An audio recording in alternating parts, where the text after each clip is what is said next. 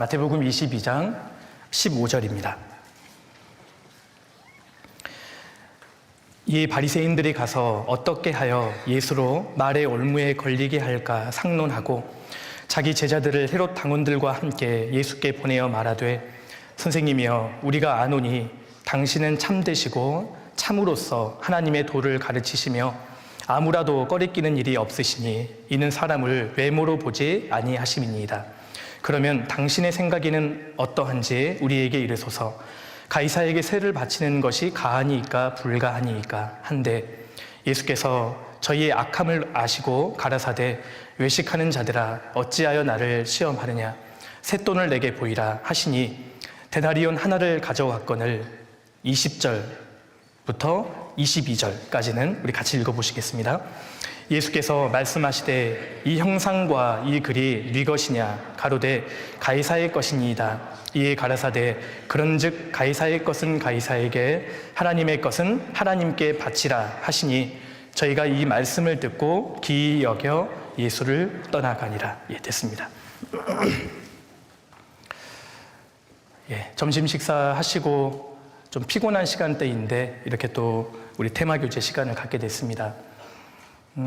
제가 참 불리한 조건에서 말씀을 드리고 있다는 점을 우리 형제 자매님들이 알아주시고 말씀을 좀 들어봐 주시면 좋겠습니다. 피곤하신 분들은 주무셔도 됩니다. 괜찮으니까요. 다른 말씀에 또 프로그램에 집중하셔야 되니까 피곤하신 분은 주무셔도 되겠습니다. 저 하나 상처받는 걸로 끝나는 것이니까요. 상관하지 마시고 일어나 차지하러 가자고 하셨지 않습니까? 아무튼 그리고 제가 감기에 걸렸다가 지금 거의 다 나았는데요. 잠깐 목소리가 온전치 않은 부분이 있고 또 중간에 혹 기침도 할 수 있으니까요. 미리 좀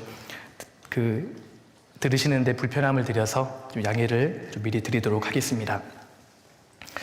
마태복음 22장 이 본문에서 이 당시 바리새인들은 예수님께 대한 원한을 가지고 예수님을 죽일 계획을 세우고 있었습니다. 그래서 예수님을 완전히 공경에 빠뜨리려고 자신들의 제자들을 헤롯 당원에게 보냈습니다. 헤롯 당원들은 당시 헤롯의 정책을 아주 적극적으로 지지하던 사람들이었습니다. 그들의 임무는 세금을 징수하고 로마의 정책을 아주 적극적으로 선전하는 것이었습니다. 그들은 예수님께 찾아와서 이렇게 질문합니다. 17절에요. 가이사에게 세를 바치는 것이 가하니이까 불가하니이까 이렇게 질문했습니다. 가이사는 시저입니다. 로마 황제를 가리킵니다. 당시 이 로마 황제는 신격화되어 있었습니다. 그래서 유대인들은 로마 황제에게 납세하는 것을 아주 예민하고 불편하게 생각하고 있었습니다. 왜냐하면 그들은 로마 황제에게 세금을 바치는 것이 우리 하나님과 로마 황제를 동등한 그런 위치에 놓는 것이라고 여겼기 때문입니다. 그래서 예수님께 가이사에게 세를 바치는 것이 가하니이까 불가하니이까 이렇게 질문했는데 이것은 예수님을 완전히 공경에 빠뜨리고 죽일 명분을 찾기 위한 음모였습니다. 만일 예수님께서 가이사에게 세금 바치는 것이 가하다라고 말씀하시면 민족을 배반한 배반자로 낙인을 찍혀서 죽이려고 했고요. 만약에 예수님께서 불가하다, 세금 바치는 것을 허용치 않으셨다면 예수님을 로마 황제에 반역하는 자로 그렇게 프레임을 씌우려고 했던 겁니다. 그때 이제 예수님께서 이렇게 대답하셨습니다. 20절에 보시면요. 중반부에 가이사의 것은 가이사에게 하나님의 것은 하나님께 바치라. 여기 가이사의 것은 가이사에게 바치라는 것은 가이사의 세력을 인정하고 그 가이사의 세력에 굴복하라는 의미입니다. 왜냐하면 모든 정치적인 권세도 사실 하나님께서 세우신 것이기 때문입니다. 예수님께서 이렇게 대답하셨습니다. 예수님은 국가의 권세도 인정하신 겁니다. 그리고 하나님의 것은 하나님께 바치라 라고 말씀하셨습니다. 당시 이스라엘은 로마의 화폐와 이스라엘 화폐를 혼용하고 있었습니다. 로마에게 세금을 바칠 때에는 로마의 화폐를 사용했고 하나님의 성전에 예물을 바칠 때에는 이스라엘의 화폐를 사용하고 있었습니다. 그러니까 결론적으로 예수님께서는 세상 제도에 대한 책임과 의무도 인정하셨고 하나님께 대한 책임과 의무도 인정하신 겁니다. 이 두 가지 가운데 어느 것도 소홀히 할 수 없음을 주님께서 명백히 말씀하셨습니다. 주님은 이 두 가지 영역에 대해서 모두 인정하신 겁니다. 이것이 거듭난 그리스도인들에게 교훈이 됩니다. 거듭난 그리스도인들은 크게 두 가지 지배 영역 안에 살고 있음을 우리는 알아야 합니다. 자, 보십시오. 첫 번째는 우리는 크게 두 가지의 지배 영역 안에 살고 있는데 첫 번째는 세상입니다. 세상, 가이사의 것은 가이사에게 바치라고 말씀하셨고요. 그리고 세상으로부터 구별된 무리 교회입니다. 교회. 우리는 크게 두 가지의 지배 영역 안에 살고 있음을 알아야 합니다. 예수님께서는 이 두 가지의 영역을 인정하셨습니다. 그래서 균형 잡힌 생활을 한다는 것이 아주 중요하다는 겁니다. 의학 전문가가 쓴 어떤 기고글을 보니까요, 그 사람이 신경통이라든지 척추통 이런 통증을 겪는 이유가 이 좌우가 맞지 않기 때문이라고 합니다. 한 사람이 두 체중계를 두고 이렇게 올라갑니다. 한 발은 그 한쪽에다가 다른 발은 이제 다른 체중계에 의지하고 올라서서요. 눈을 딱 감으면 대부분의 사람들은 좌우의 무게가 같지 않다고 해요. 이 좌우가 균형 갖지 못하기 때문에 건강이 악화되기도 하고 많은 문제가 유발된다고 합니다. 이 건강뿐만 아니라 이 정신, 생각도 마찬가지입니다. 흔히들 사람들이 이 지성과 감성의 균형을 가져야 한다라고 이야기하는데요. 감성은 없고 지성만 잘 갖춰져 있으면 그 사람은 탁하고 메마르다, 로봇 같다 이런 평가를 갖게 되지 않습니까? 심지어 너 티야? 이런 이제 말도 듣게 되죠. 근데 반대로 이제 지성은 갖춰져 있지 않고 감성만 발달한 사람은 자기 감정이나 상황에 따라서 발광하는 것처럼 보이지 않습니까? 그래서 이 감성과 이성, 이 둘 사이에 잘 균형을 맞추는 것도 사실은 중요합니다. 그런데 이 문제가 신앙에서도 마찬가지라는 겁니다. 신앙에서도 균형이 중요합니다. 우리는 크게 두 가지의 지배 영역 안에 살고 있기 때문에 그렇습니다. 세상과 교회입니다. 어느 것 하나 소홀히 할 수 없다는 것을 주님 말씀하셨습니다. 특별히 우리는 청년으로서, 그것도 대학생으로서 이 세상, 이 제도를 조금 더 구체화해서 생각해 볼 수 있습니다. 조금 더 구체화해 본다면 첫 번째는 가정입니다. 그리고 두 번째는 학교라고 할 수 있을 겁니다. 그리고 이제 교회이죠. 가정생활, 그리고 학교, 학업이라고 할 수 있을 겁니다. 학업, 그리고 교회에서 하는 모든 이 교제생활. 크게 이 세 가지의 위치에 대해서 우리가 책임과 의무를 다해야 합니다. 이것이 균형 잡힌 신앙생활이라고 할 수 있습니다.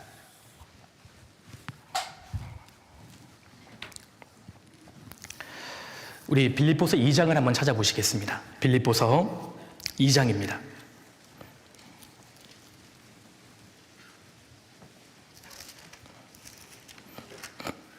2장 21절입니다.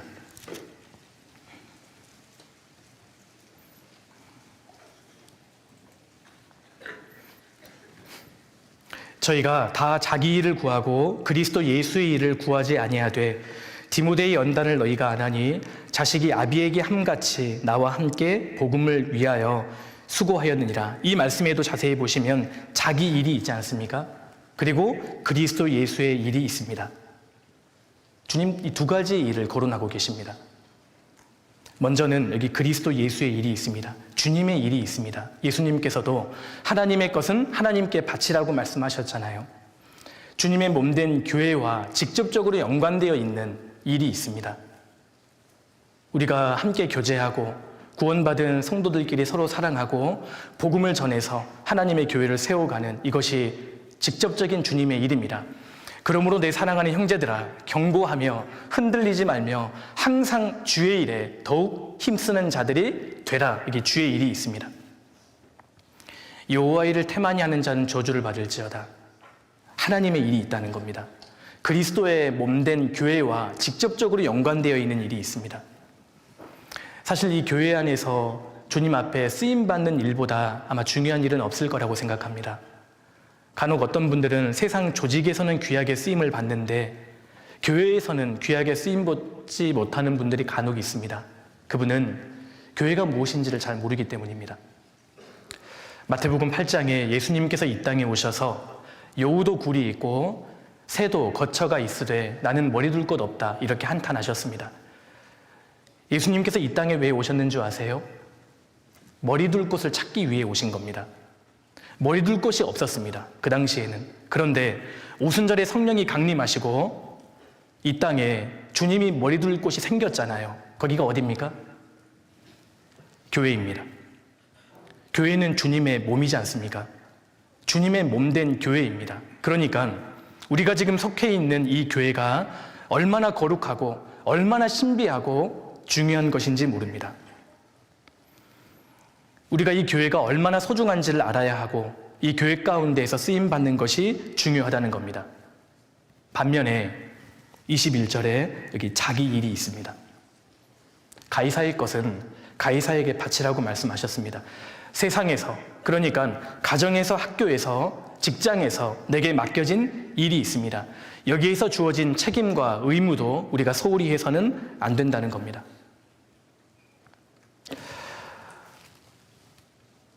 우리가 마주하고 있는 모든 대상이, 모든 상황이 신앙생활의 영역에 속합니다.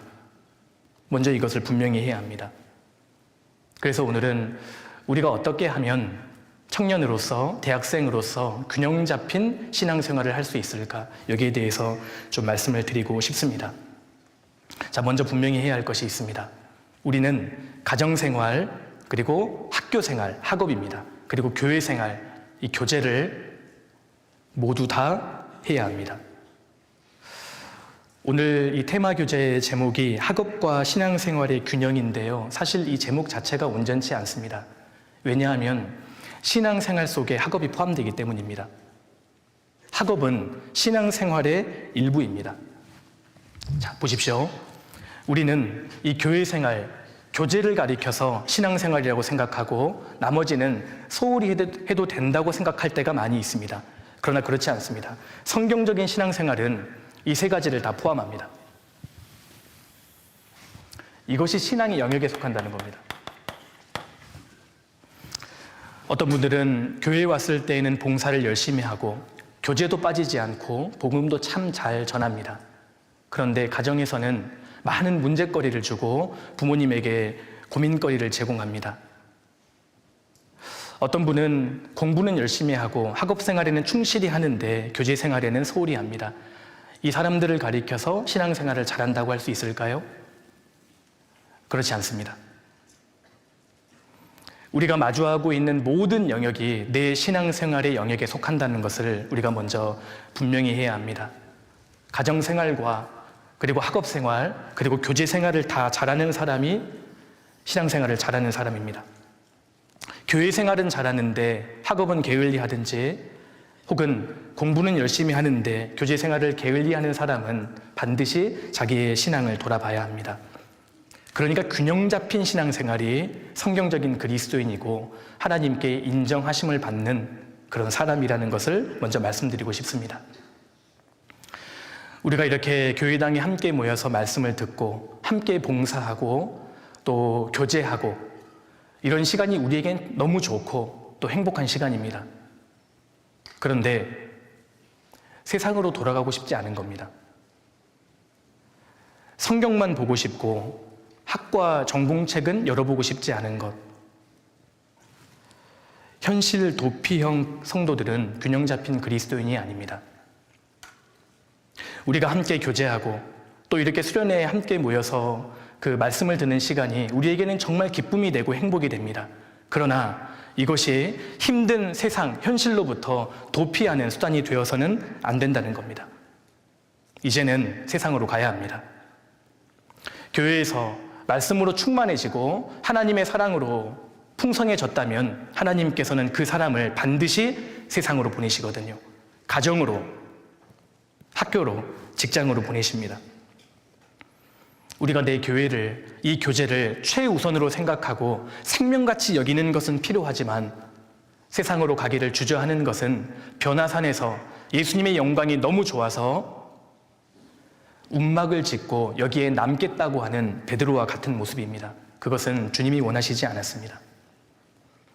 하나님의 은혜로, 하나님의 말씀으로 충만해진 사람을 하나님은 반드시 사명의 땅으로 보내십니다. 내 가정이, 내 학교가, 내 직장이 나의 사명의 땅입니다. 마귀의 전략은 그리스도인들로 하여금, 특별히 청년 그리스도인들로 하여금 교회 안에만 머물게 하고 세상에서는 물러서게 만드는 겁니다. 그래서 교회에서는 아주 적극적인 성도들이 세상에서는 주눅이 들어있고 별 볼 일 없는 그러한 사람이 될 수 있다는 겁니다. 교회 봉사를 열심히 하는 청년, 대학생 형제 자매님들이 자칫 그래서 가정에서는 무책임한 자녀가 될 수 있고 학교에서는 불성실한 학생이 될 수 있고 직장에서는 질타받는 직장인이 될 수 있습니다. 잘못된 신앙생활을 하고 있다는 겁니다. 교회에서는 아주 부드러운데 이 사람이 가정에서도 온유한 아들인가? 교회에서 아주 충성된 일꾼인데 이분이 학교에서도 성실한 학생인가? 교회에서 칭찬을 받는데 이 사람이 직장에서도 인정받는 전문가인가? 그렇지 않으면 균형이 깨어진 신앙생활을 할 수 있다는 겁니다. 우리는 가정에서, 학교에서, 직장에서 주님이 내게 맡기신 일에 최선을 다해야 합니다. 사실 이것이 신앙생활입니다. 유대인들은 고르반, 곧 하나님께 드림이 되었다고 하면 부모님께는 아무것도 하지 않아도 된다고 생각했습니다. 예수님께서 책망하셨습니다. 너희가 하나님 말씀을 폐하였도다. 하나님께서는 교회 안에 있을 때 나의 모습뿐만 아니라 내가 학교에서, 가정에서, 직장에서 어떻게 행동하는지를 유심히 보고 계십니다. 골로새서 3장 넘겨보겠습니다.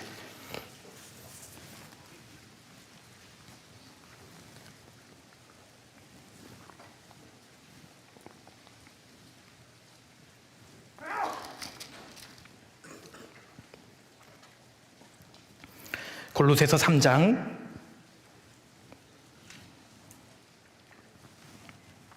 18절입니다.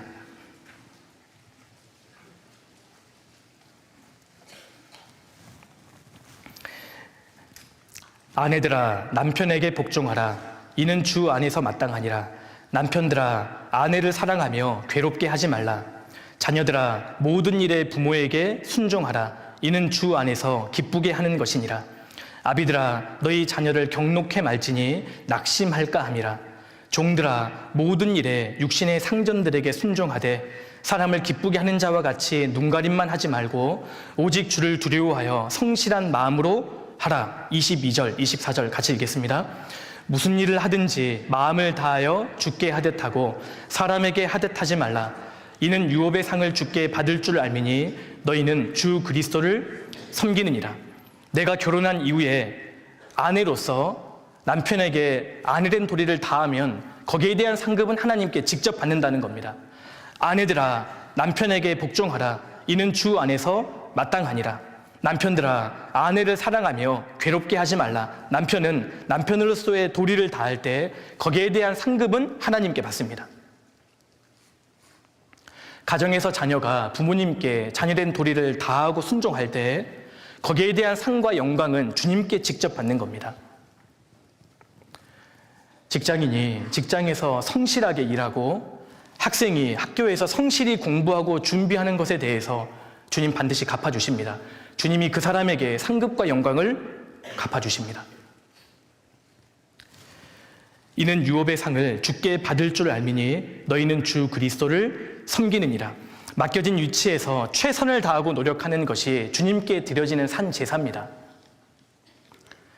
학생이 학업을 최선을 다하고 성실하게 공부하는 것이 하나님께서 받으시는 영적 예배라는 겁니다. 이것을 우리가 알아야 합니다. 교회 일을 하느라 가정과 학업은 소홀히 해도 된다. 절대 그렇지 않습니다. 우리의 신앙생활의 영역을 절대 교회로만, 교제로만 국한시켜서는 안 된다는 겁니다. 주님이 우리에게 원하시는 것은 우리가 교회에서와 마찬가지로 가정에서, 학교에서, 그리고 직장에서도 주님의 영광을 드러내기를 원하시는 겁니다. 성도는 교회 안에서 안식을 누리고 하나님의 말씀으로 충만해집니다. 그럼 이제 세상으로 가야 합니다. 예수님께서는 구원받은 성도를 가리켜서 교회의 소금이다, 교회의 빛이라고 말씀하지 않으셨습니다. 세상의 소금이다, 세상의 빛이라고 말씀하신 겁니다. 절대 교회는 도피처가 될 수 없습니다. 교회에 오는 것은 좋은데 세상에서 주춤하고 있다면 돌아봐야 합니다. 적극적으로 세상에 들어가서 세상을 변화시켜야 하는, 그들에게 복음을 전해야 하는 우리는 군대입니다. 가정, 학교, 직장, 그리고 교회, 이 영역에 대해서 우리가 균형을 잡아야 합니다. 자, 오해하시면 안 됩니다. 가정, 학교, 교회, 이것이 33대 33이라고 생각하시면 안 됩니다. 뭐가 옳습니까? 100대 100입니다. 이 세 가지를 우리는 다 해야 한다는 겁니다. 주님이 내게 맡겨주신 위치에서 우리는 최선을 다해야 합니다. 주님 그것을 보기를 원하십니다. 그런데 이게 쉽습니까? 어렵습니까? 어렵죠. 절대 간단하게 되는 문제가 아닙니다. 그래서 대학생의 시기에 특별히 한계를 경험하게 됩니다. 한계를 반드시 경험해야 합니다. 이 세 가지를 우리는 다 해야 합니다. 어느 것 하나 소홀히 할 수 없다. 이것을 우리가 먼저 분명하게 해야 합니다. 그런데 이것은 결코 간단한 문제가 아닙니다. 그래서 이 세 가지 균형 잡힌 신앙생활을 하기 위해서 하나님께 인정을 받고 또 하나님께서 사용하실 수 있는 삶이 되기 위해서는 우리에게 필요한 그러한 태도가 있습니다. 그걸 오늘 좀 말씀을 드릴까 합니다. 그래서 첫 번째는 하나님이 내게 맡겨주신 크게 이 세 가지 영역에 대한 의무와 책임을 다해야 한다. 그것이 균형 잡힌 신앙생활이고 합당한 생활이다라는 것을 먼저 좀 우리가 분명하게 할 필요가 있습니다.